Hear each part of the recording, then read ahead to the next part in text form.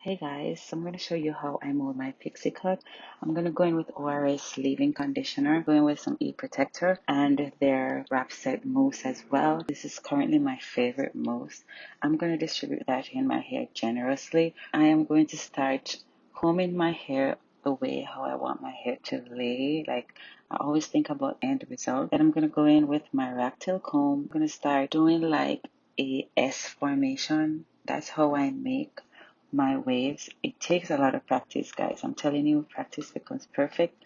I didn't get this on my first try. I just continue to try and try until I get it right. Trick that I find is the more mousse you have in your hair, the easier your hair will flow to the movement that you're doing.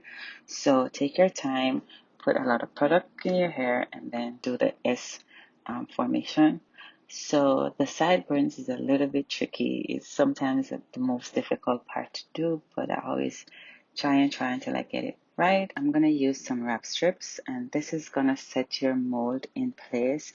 This is a must-have for every pixie girl out there. I'm using two to keep the back in place. Back should always lay so nice, so flat. Then I'm going to go in my do-rag because I love my hair to be extremely flat, and I like to put some pressure on my hair while it's drying.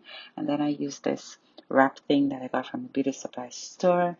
I stay on the dryer for at least 30 minutes, and then this is the result. Sometimes when I wrap my hair, my mold kind of mess up, so I always go back in with a little mousse and just to perfect my little waves. This is the finished look. I will definitely show you guys a video on how I curl my hair next time, so I hope you guys like it.